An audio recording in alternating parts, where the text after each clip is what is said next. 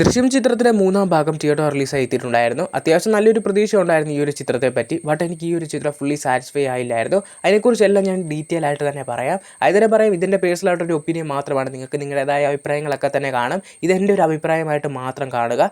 അതിനെ പറയുകയാണ് ഈ ചിത്രത്തിൻ്റെ ഫസ്റ്റ് ഹാഫാണ്. കിടിലം ഫസ്റ്റ് ഹാഫായിട്ടായിരുന്നു എനിക്ക് തോന്നിയിട്ടുള്ളത്. കാരണം ദൃശ്യം ഫസ്റ്റ് പാർട്ടിൻ്റെ സെക്കൻഡ് പാർട്ടിൻ്റെയൊക്കെ എടുത്ത് വെച്ച് നോക്കുമ്പോൾ അത്യാവശ്യം ഒരു സ്ലോ പേസിലൊക്കെ ഫാമിലി എലമെൻറ്റ്സ് ഒക്കെ ഇൻക്ലൂഡ് ചെയ്ത് കൊണ്ടുപോകുന്ന ഒരു ഫീൽ ഗുഡ് ടൈപ്പുള്ളൊരു ഫസ്റ്റ് ഹാഫ് തന്നെയായിരുന്നു ചിത്രത്തിൻ്റെ ടീം എടുത്ത് വെച്ചിട്ടുള്ളത്. എസ്പെഷ്യലി ആ ഒരു ഇൻ്റർവെൽ ബ്ലോക്ക് ഒക്കെ ആയാലും നല്ലൊരു ട്വിസ്റ്റോട് കൂടി തന്നെ നിർത്താൻ ചിത്രത്തിൻ്റെ ടീമിന് കഴിഞ്ഞിട്ടുണ്ട്. അങ്ങനെ മൊത്തത്തിലൊരു നല്ല അല്ലെങ്കിൽ കിടിലം ഫസ്റ്റ് ഹാഫ് ആയിട്ടാണ് എനിക്ക് പേഴ്സണലി തോന്നിയിട്ടുള്ളത്. പിന്നെ ചിത്രത്തിൻ്റെ സെക്കൻഡ് ഹാഫ് തുടങ്ങുമ്പോൾ നമുക്ക് തന്നെ ഒരു എക്സ്പെക്ടേഷൻ വരും. കാരണം ഈ ഒരു നല്ല രീതിയിൽ തന്നെ എത്തിക്കും, അല്ലെങ്കിൽ നല്ലൊരു എന്ന് പറഞ്ഞാൽ നമ്മൾ ഫസ്റ്റ് പാർട്ടിലും സെക്കൻഡ് പാർട്ടിലും കണ്ടിട്ടുള്ള രീതി പോലെ അതിൻ്റെ മുകളിൽ പോകുന്നൊരു ഐറ്റം അല്ലെങ്കിൽ പോലും അതിൻ്റെ ഏകദേശം അതേ ഒരു സെക്കൻഡ് പാർട്ട് അല്ലെങ്കിൽ തേർഡ് പാർട്ട് എന്ന രീതിയിൽ വരുമ്പോൾ ഉള്ളൊരു മിനിമം എക്സ്പെക്ടേഷൻ ഇല്ലേ നമുക്ക് ആ ഒരു ഇൻ്റർവെൽ ബ്ലോക്ക് കഴിഞ്ഞതിന് ശേഷം. ആ രീതിയിൽ അത്യാവശ്യം നല്ല രീതിയിൽ തന്നെ നമ്മൾ ത്രില്ലിംഗ് ആയിട്ട് ചിത്രത്തിൻ്റെ കഥ പറഞ്ഞു കൊണ്ടുപോകുന്നുണ്ട്. ബട്ട് ഓരോ പോയിന്റ് എത്തിക്കഴിയുമ്പോൾ ഇതിൻ്റെ ക്ലൈമാക്സ് എങ്ങനെയായിരിക്കും ഇവർ എക്സിക്യൂട്ട് ചെയ്യാൻ പോകുന്നതെന്നുള്ളൊരു എക്സ്പെക്ടേഷനും കാര്യങ്ങളൊക്കെ തന്നെയുണ്ട്. കാരണം ജിത്തു ജോസഫിൻ്റെ ഫസ്റ്റ് പാർട്ടും സെക്കൻഡ് പാർട്ടും വെച്ച് നമ്മൾ ഒരിക്കലും അതിനെ വെച്ച് കമ്പയർ ചെയ്യുകയല്ല. ബട്ട് ആ ഒരു ചിത്രമൊക്കെ ഡയറക്റ്റ് ചെയ്തൊരു ഡയറക്ടറിന് അത്യാവശ്യം നല്ല രീതിയിൽ ഈ ഒരു പടം എടുത്ത് തീർക്കുമെന്നുള്ളൊരു എക്സ്പെക്ടേഷൻ പരിപാടികളൊക്കെ തന്നെയുണ്ട്.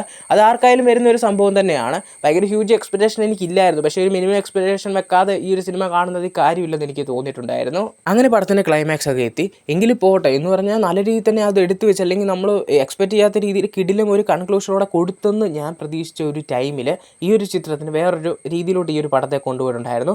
അതാണ് എനിക്ക് ഒട്ടും സാറ്റിസ്ഫൈ ആകാതെ പോയത്. എന്ന് പറഞ്ഞാൽ ഈ ഒരു കാര്യമായിരുന്നെങ്കിൽ ഒരു പക്ഷേ ഇവർക്ക് ആ സെക്കൻഡ് പാർട്ടിൻ്റെ അവസാനമായിട്ട് കൊണ്ട് വേണമെങ്കിൽ എത്തിക്കായിരുന്നു. ഫസ്റ്റ് പാർട്ട് ഒരു പക്ഷേ അവർ ചിന്തിച്ച് പോലും കാണത്തില്ല സെക്കൻഡ് പാർട്ട് ചെയ്യുമെന്ന്. അതുകൊണ്ട് ആ രീതിയിൽ ഫസ്റ്റ് പാർട്ട് കൺക്ലൂഷൻ ചെയ്തുകൊണ്ട് നമ്മളൊന്നും പറയുന്നില്ല. വേണമെങ്കിൽ അവർക്ക് സെക്കൻഡ് പാർട്ടിൽ ഈ ഒരു എലമെൻറ്റിനെ ഇൻക്ലൂഡ് ചെയ്യാമായിരുന്നു എന്ന് എനിക്ക് തോന്നിയിട്ടായിരുന്നു. പക്ഷേ സെക്കൻഡ് പാർട്ടിൽ ഇൻക്ലൂഡ് ചെയ്യാതെ പുള്ളി നമുക്ക് ആ ഒരു സെക്കൻഡ് പാർട്ടിൽ തരാതെ തേർഡ് പാർട്ടിൽ എടുത്തു വെച്ചിട്ട് പിന്നെ ഒരു ഫോർത്ത് പാർട്ടിലോട് ലീഡിന് വേണ്ടി ഇത് കൊടുത്ത രീതിയിൽ അത് എനിക്ക് ഒട്ടും വർക്കാവാത്തൊരു പരിപാടിയായിട്ട് പോയി. എൻ്റെയൊക്കെ മനസ്സിൽ ആ ഒരു സെക്കൻഡ് പാർട്ടോട് കൂടി ഈ ഒരു ഫ്രാഞ്ചൈസോട് അല്ലെങ്കിൽ ഈ ഒരു ദൃശ്യം സീരീസ് നിർത്തിയിരുന്നെങ്കിൽ എനിക്ക് ഭയങ്കര സാറ്റിസ്ഫൈ ആയി തോന്നിയാണ്. ഇനിയും കുറച്ച് സ്പോയിലർ ടെറിട്ടറി ശകലം ഒരു 1-2 പോയിന്റ്സ് പറഞ്ഞില്ലെങ്കിൽ നിങ്ങൾക്ക് ഒരിക്കലും ഈ ഒരു പരിപാടി വർക്കാവത്തില്ലെന്ന് എനിക്ക് തോന്നി. അപ്പോൾ ഞാൻ പറയുകയാണ്, സ്പോയിലറാണ് ഇനി പറയാൻ പോകുന്നത്. സിനിമ കാണാത്തവരാരെങ്കിലും ഉണ്ടെങ്കിൽ ഇപ്പോൾ വീഡിയോ സ്റ്റോപ്പ് ചെയ്തിട്ട് വേണമെങ്കിൽ കുറച്ച് സ്കിപ്പ് ചെയ്തിട്ട് ബാക്കി കാണാൻ ശ്രമിക്കുകയാണെങ്കിൽ നല്ലൊരു കാര്യമായിരിക്കാം. അതുകൊണ്ടാണ് പറയുന്നത്. ലാലേട്ടൻ ഈ ഒരു ക്ലൈമാക്സിനെ എക്സ്പെഷ്യലി ആണ് എടുത്ത് പറയാൻ പോകുന്നത്. സ്പോയിലറാണ്. അപ്പോൾ അടുത്ത് പറയാൻ പോവുകയാണ്. അപ്പോൾ ഈ ഒരു ചിത്രത്തിൻ്റെ ക്ലൈമാക്സിൽ ലാലേട്ടൻ ജയിലിൽ പോകുന്ന രീതിയിൽ കാണിക്കുന്നുണ്ട്. അപ്പോൾ ആ രീതിയിൽ ഈ ഒരു ചിത്രത്തെ കാണിക്കുന്നതോടെ വേണമെങ്കിൽ അത് സെക്കൻഡ് പാർട്ട് വേണമെങ്കിൽ തീർക്കാമായിരുന്നു. അത് ലാലേട്ടൻ ജയിലിൽ പോയിട്ടും ഈ ഒരു ബാക്കി കാര്യം നിർത്തുന്നില്ല അവർ. പിന്നെയും മറ്റേ അവരുടെ മോളുടെ പിന്നാലെ പോകണം. അപ്പോൾ ലാലേട്ടൻ ജയിലിൽ പോയത് വെറുതെ ആയെന്ന രീതിയിൽ എനിക്ക് തോന്നിയിട്ടുണ്ടായിരുന്നു. എങ്കിലും അവർക്കെന്നാൽ ഇപ്പോൾ ഈ ഒരു പാർട്ടോട് കൂടി തീർക്കുവാണെങ്കിലും ഞാൻ സാറ്റിസ്ഫൈ ആയേനെ. കാരണം ലാലേട്ടൻ ജയിലിൽ പോയി, ഇനി ആ പ്രശ്നം അതോടുകൂടി തീർന്നല്ലോ എന്ന്. ബട്ട് ഇതൊരു സീരീസ് പോലെ ഇങ്ങനെ കൊണ്ടുപോകുന്നത് അതെന്തോ പോലെ എനിക്ക് തോന്നിയിട്ടുണ്ടായിരുന്നു. ഒരുപക്ഷെ ഇനി ഫോർത്ത് പാർട്ട് നമ്മൾ നന്നായി എന്ന് തന്നെ പറയും. പക്ഷേ ഇങ്ങനെ കൊണ്ടുപോകുന്നതിനെ പറ്റി എനിക്ക് ഭയങ്കര രീതിയിലുള്ള ഇൻട്രസ്റ്റ് ഇല്ല. ബട്ട് ഇതിൽ നല്ലൊരു ലീഡ് കൊടുക്കുമായിരുന്നെങ്കിൽ എനിക്ക് ഇഷ്ടപ്പെട്ടേനെ. ഇനി സ്പോയിലർ കാര്യങ്ങളൊക്കെ നിർത്തി. ഇനി സാധാരണയായിട്ടുള്ള നമ്മുടെ ഈ ഒരു സിനിമയിലെ പറയാം, ഈ ജോർജ് കുട്ടി എന്ന ക്യാരക്ടർ എന്തെങ്കിലും ഒരു കാര്യം എന്ന് പറഞ്ഞാൽ പോലീസും എല്ലാവരും എന്തൊക്കെ ചെയ്തെന്ന് പറഞ്ഞാലും പുള്ളിയുടെ ഒരു മൈൻഡിൽ എന്ന് പറഞ്ഞാൽ പുള്ളിനെ ഇങ്ങനെ ആൾക്കാർ പുറകെ ഉണ്ട് എന്നൊക്കെ പുള്ളീനെ ഒരു പോയിന്റ് ആകുമ്പോൾ അറിയിക്കുന്നുണ്ട്. അപ്പോൾ ഞാൻ ചിന്തിച്ചത് പുള്ളി എന്തെങ്കിലും ഒരു കാര്യമെങ്കിലും എന്ന് പറഞ്ഞാൽ ക്ലൈമാക്സിൽ അവർ എന്തൊക്കെ ചെയ്യാമെന്നാലും പുള്ളിയുടെ കുടുംബത്തെ രക്ഷിക്കാൻ എന്തെങ്കിലും ഒരു കാര്യം ലാസ്റ്റ് ചെയ്തിടുമെന്നുള്ളൊരു എക്സ്പെക്ടേഷൻ ഉണ്ട്. ഫസ്റ്റിലും സെക്കൻഡിലും അത് തന്നെയാണ് റിപ്പീറ്റ് ചെയ്തിട്ടുള്ളത്. ബട്ട് ഇതിൽ നിന്ന് പെട്ടെന്ന് പുള്ളിയുടെ ഒരു ഐഡിയ തോന്നുന്ന കാര്യത്തിൽ ഒരു പടത്തെ തീർത്തിട്ടുണ്ടായിരുന്നു. അതൊക്കെ നന്നായിട്ടുണ്ട്. എനിക്ക് പിന്നെ തോന്നിയിട്ടുള്ള കാര്യം ഇതൊരു സ്റ്റാൻഡ് ചിത്രമായിട്ട് എടുത്തിരുന്നെങ്കിൽ പോലും കിടിലമായെന്നൊക്കെ തന്നെ എക്സ്പെക്ട് ചെയ്തിട്ടുണ്ടായിരുന്നു.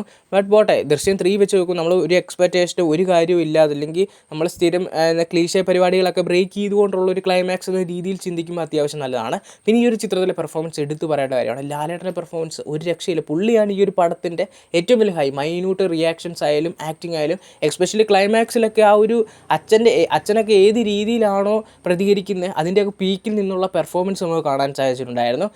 ലാലേട്ടൻ ഗോട്ടാണ് മലയാള സിനിമയുടെ. കാരണം ആ രീതിയിൽ പുള്ളി ഒരു പടത്തെ മൊത്തം എടുത്ത് കൊണ്ടുപോയിട്ടുണ്ട്. പുള്ളിയാണ് ഈ ഒരു പടത്തെ മൊത്തം കൊണ്ടുപോയി നമ്മൾ പറയേണ്ടിയിരിക്കുന്നു. കാരണം ആ രീതിയിലാണ് പുള്ളിയുടെ പെർഫോമൻസ് ഈ ഒരു ചിത്രത്തിലുള്ളത്.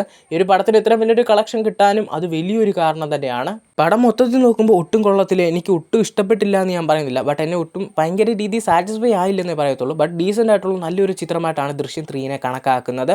പടം അറിയാമല്ലോ, ഇപ്പോൾ തന്നെ 200 കോടി രൂപയ്ക്ക് മുകളിൽ വലിയൊരു ഹ്യൂജ് കളക്ഷനൊക്കെ നേടി ഭയങ്കര രീതി ഹിറ്റായിട്ടുണ്ട്.